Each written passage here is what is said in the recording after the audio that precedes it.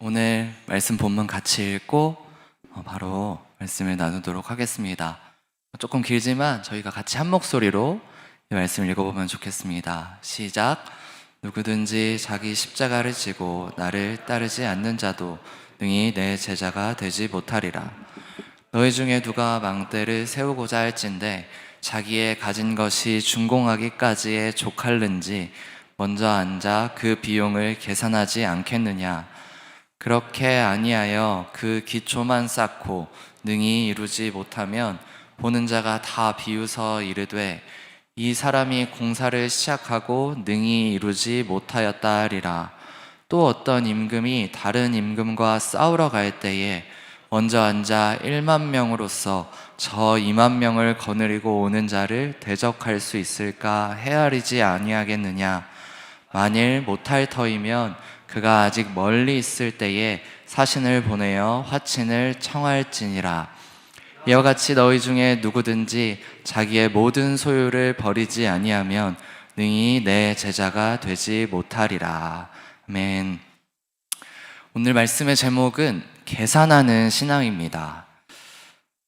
그리고 오늘 말씀에 저희가 읽은 것처럼 예수님께서는 망대를 세울 때 건축을 끝까지 할 수 있는지, 전쟁을 하면서 승리할 수 있을 것인지를 헤아려 보라고 말씀하십니다. 그런데 또 저희가 읽은 그 앞뒤의 구절을 보면 이게 계산을 하라는 건지 말라는 건지 전 예수님의 의도를 가늠하기가 어려운 것 같습니다. 앞뒤 본문을 다시 한번 띄워주시겠습니까? 이렇게 나와 있습니다.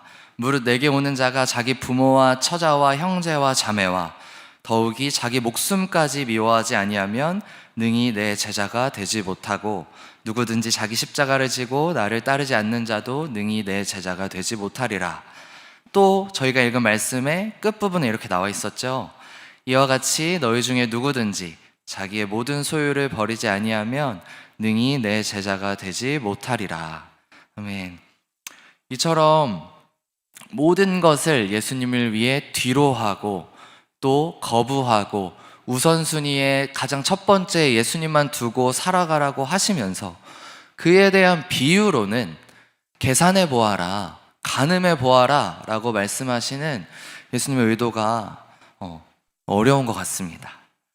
그렇다고 예수님께서 저희에게 너희들 계산해보고 영 안 될 것 같으면 나 안 따라와도 돼, 내 길로 오지 않아도 돼 라고 그냥 이렇게 저희를 방치하시는 건 아닐 테니까 더 어려운 것 같습니다. 그래서 과연 이 예수님의 말씀의 의도는 무엇이었을까? 모든 것을 다 버리고 자기 십자가를 지고 나를 따라오라 라고 하는 이 말씀에 굳이 왜 예수님은 계산해 볼 것에 대한 비유를 하셨나 고민해 보게 되었습니다. 그러면서 저는 이 말씀을 저의 큰 위로로 받게 되었고 그 내용을 오늘 여러분들과 나누고 싶습니다.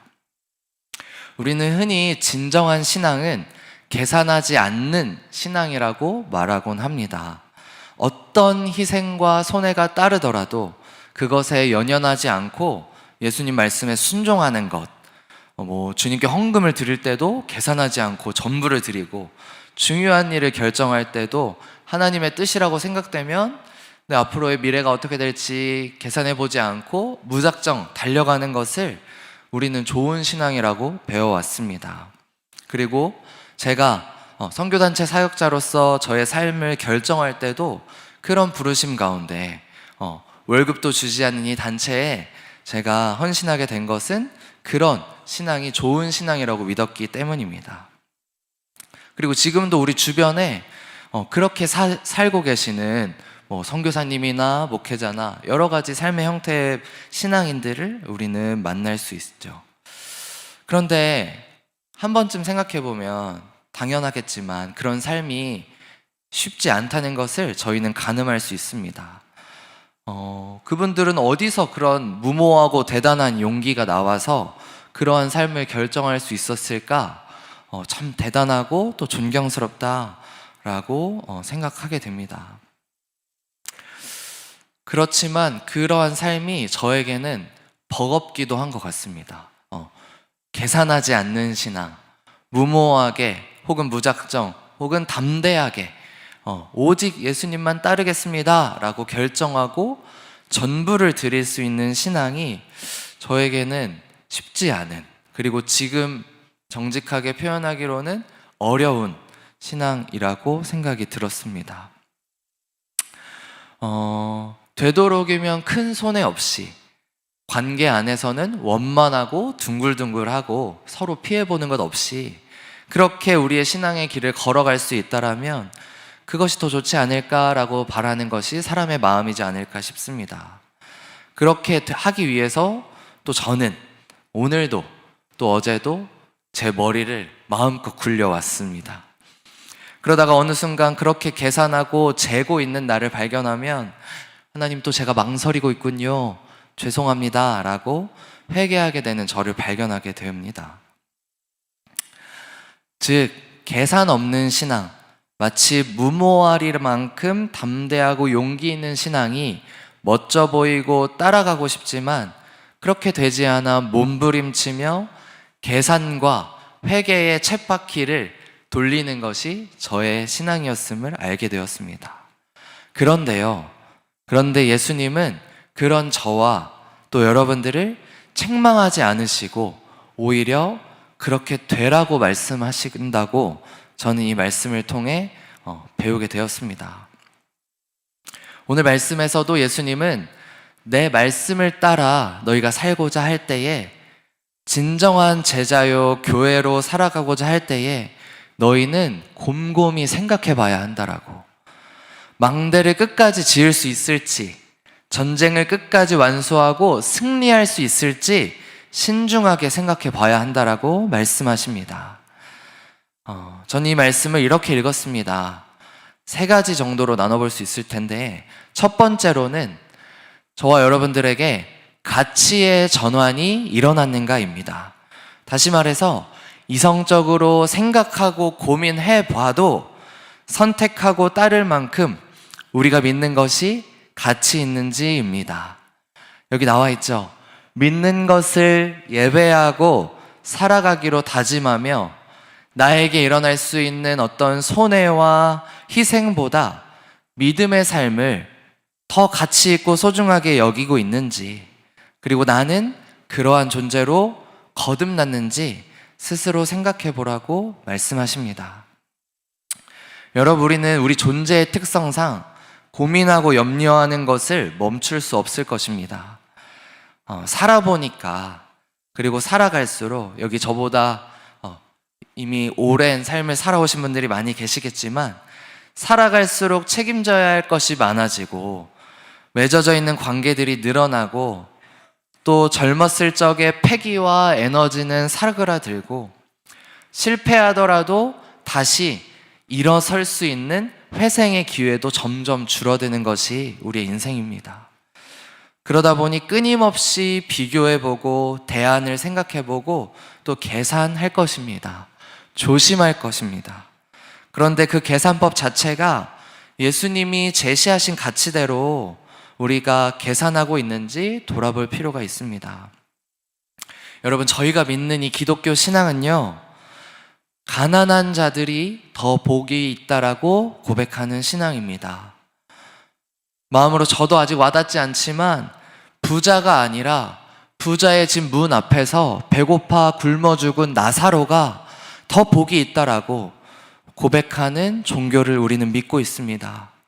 늘 웃고 행복해하고 있는 사람만이 아니라 울고 애통하는 자가 복이 있다라고 고백하는 신앙을 우리는 믿고 있습니다.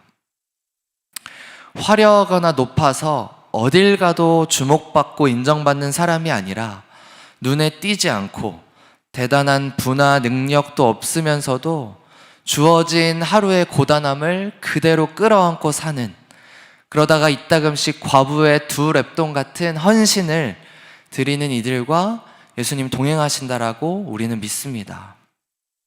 그런데 이러한 가치의 전환이 말은 쉽지 실제 삶은 너무나 어렵습니다. 왜냐하면 저희는요, 10수년의 교육과정 내내 경쟁과 줄 세우기를 배웁니다.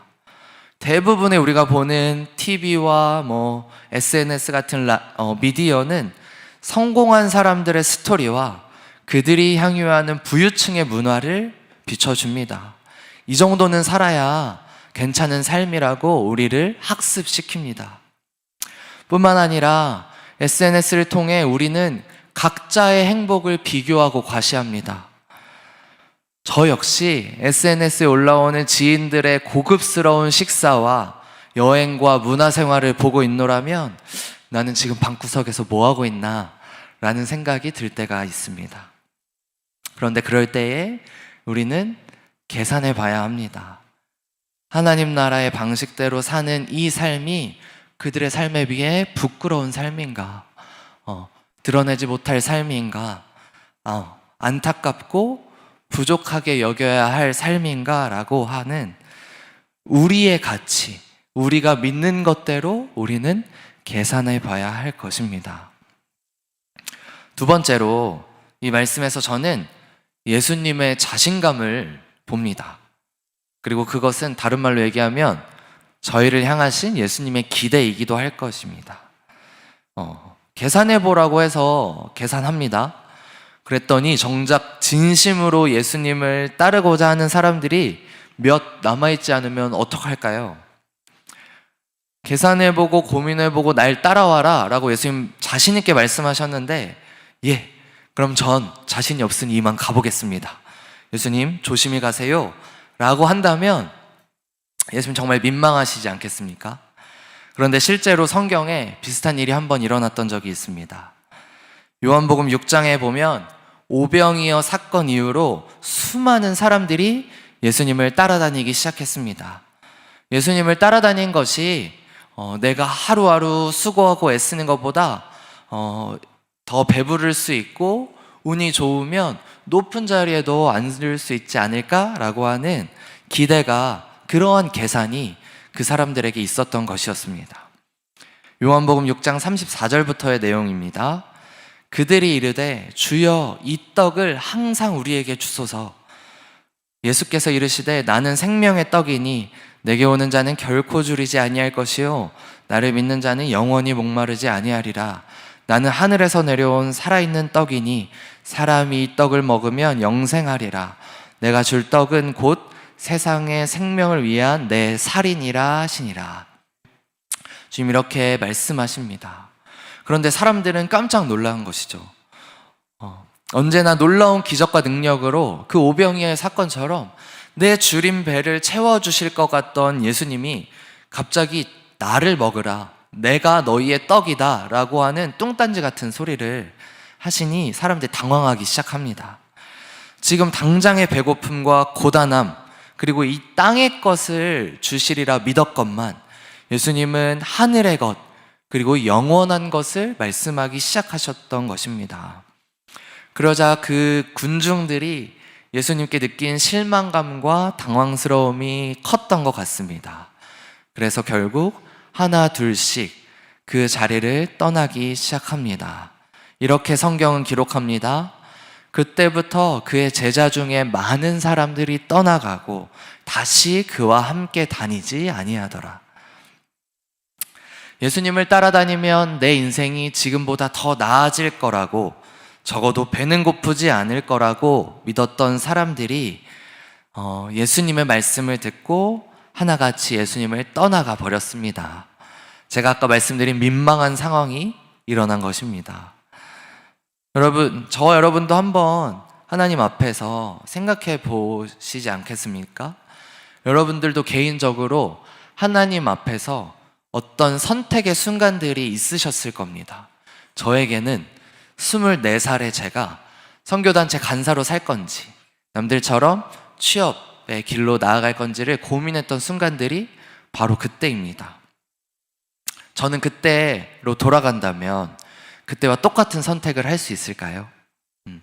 여러분, 개인적으로 하나님 앞에서 결정했던 순간들 앞에 다시 계산해 보아도 살아보셨잖아요. 그 결정 이후로 지금까지 살아보셨는데 그때로 돌아간다면 나는 다시 똑같이 계산하고 똑같이 고민해도 주님을 택할 수 있을 것인가?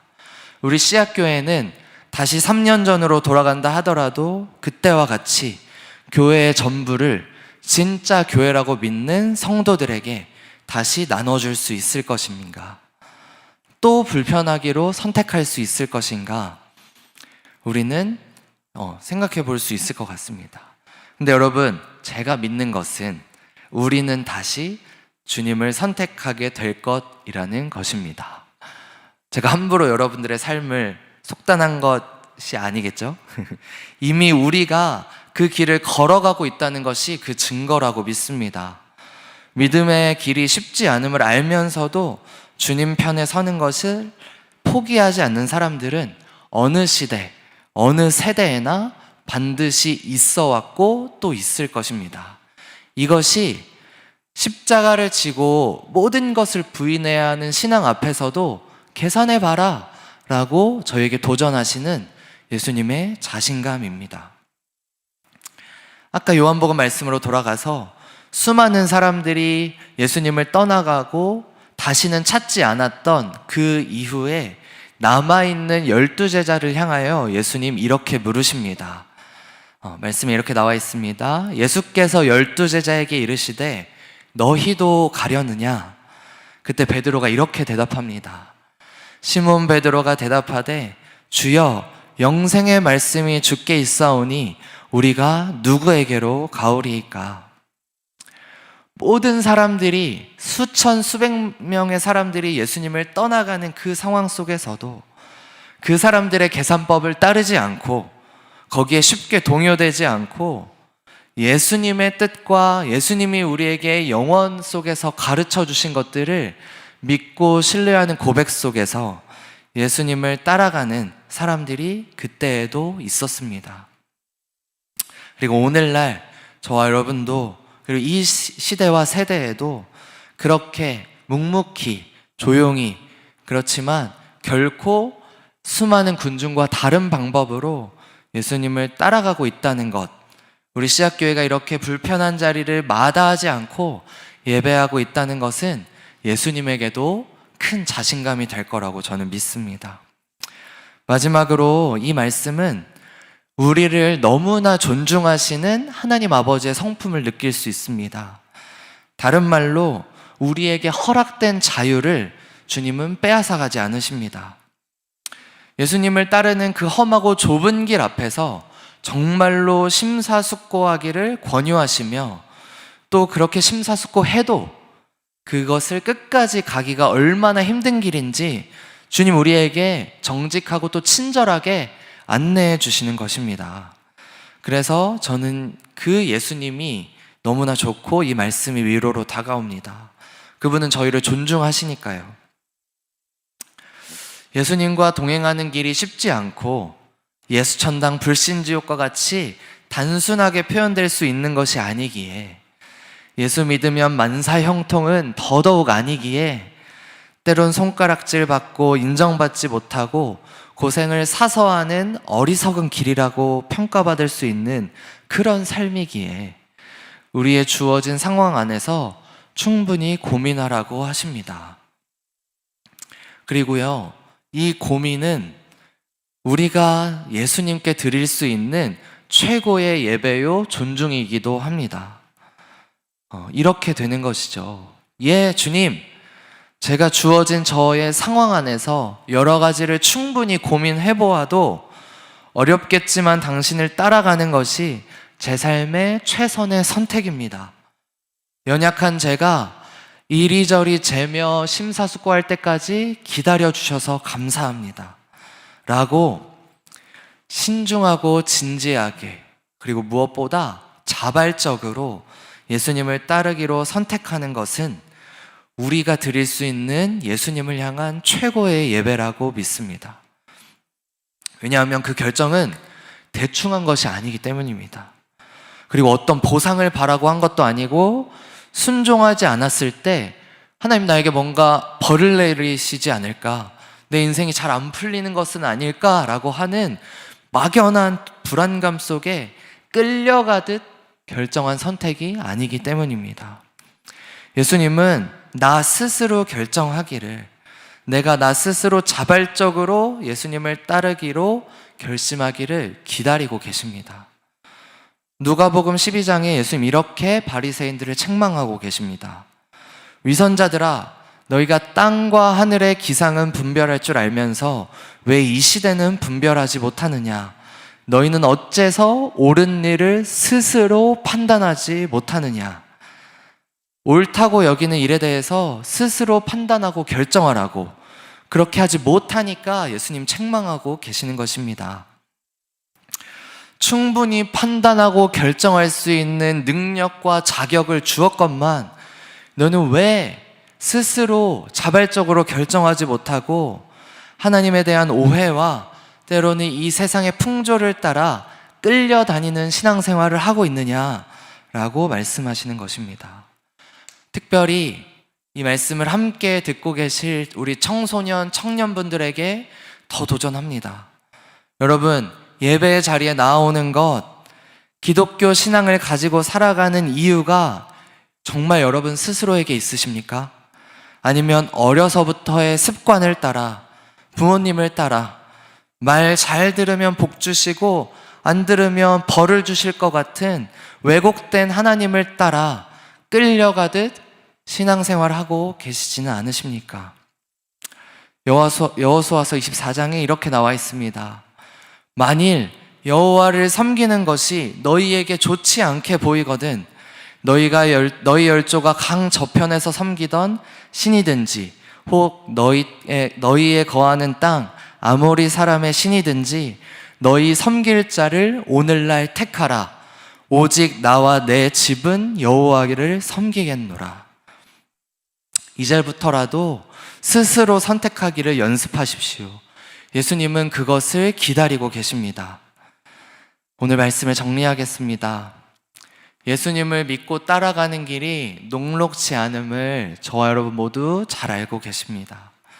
예수님도 그런 저희에게 함부로 쉽게 생각하고 따라오지 말라고 오늘 말씀하십니다. 오히려 더 겁을 주십니다. 부모와 형제와 자매와 심지어 나 자신까지 미워하지 아니하면 나를 따를 수 없다라고 강력하게 말씀하십니다. 이 무거운 도전과 조건이 전부라면 우리는 예수님을 따라가지 못할지도 모르겠습니다. 그런데 성경은 누가복음 14장에서 끝나지 않습니다. 14장을 이렇게 마치고 우리는 누가복음 15장에 가서 소망을 얻을 수 있습니다. 누가복음 15장에서 예수님은 이런 말씀을 하십니다. 나는 99마리의 양을 두고 한 마리의 양을 찾아 나서는 목자다. 나는 한 드라크마를 찾기 위해 온 집안을 다 뒤지는 사람이다. 또 나는 잃어버린 둘째 아들을 언제나 기다리며 또 그가 돌아왔을 때 환영해주는 아버지다 라고 말입니다. 저는 이 14장의 무거운 도전과 15장의 이 한없는 아버지의 사랑에 이 성경의 배치가 우연이 아니라고 믿습니다. 믿는 것을 예배하고 살아가는 삶의 버거움, 그러나 그 삶을 진중하게 고민하고 자발적으로 이렇게 살아가기로 선택하는 것, 그리고 그렇게 살다가 세상의 풍파와 우리의 연약함에 쓰러질 때 언제든 다시 우리를 찾아 나서시고 환영해 주시는 목자가 계시다는 것, 그 하늘 아버지가 계시는 든든한 삶이야말로 우리가 초대받은 제자요 교회의 길이라고 믿습니다. 여러분, 특별히 인생의 수많은 선택을 아직 앞두고 계신 우리 청년분들 충분히 고민하십시오. 예수님이 허락하신 고민이요 계산입니다. 저는 늘 제가 만나는 대학생들에게 그 미래에 대한 수많은 고민으로 둘러싸인 그들에게 이렇게 말합니다. 너희 나이 때의 부르심은 너희 나이 때의 고민은 부르심이다. 고민하는 걸 귀찮아하지 말아라. 고민하는 걸 피하려고 하지 말아라. 그 고민은 너희 나이 때에 마땅히 예수님 앞에서 해야 하는 부르심이다.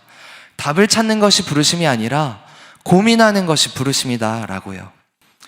저희 청년, 청소년 분들께도, 그리고 청년이 아닌 우리 장년 분들에게도 동일합니다. 언제나 고민은 우리의 부르심입니다.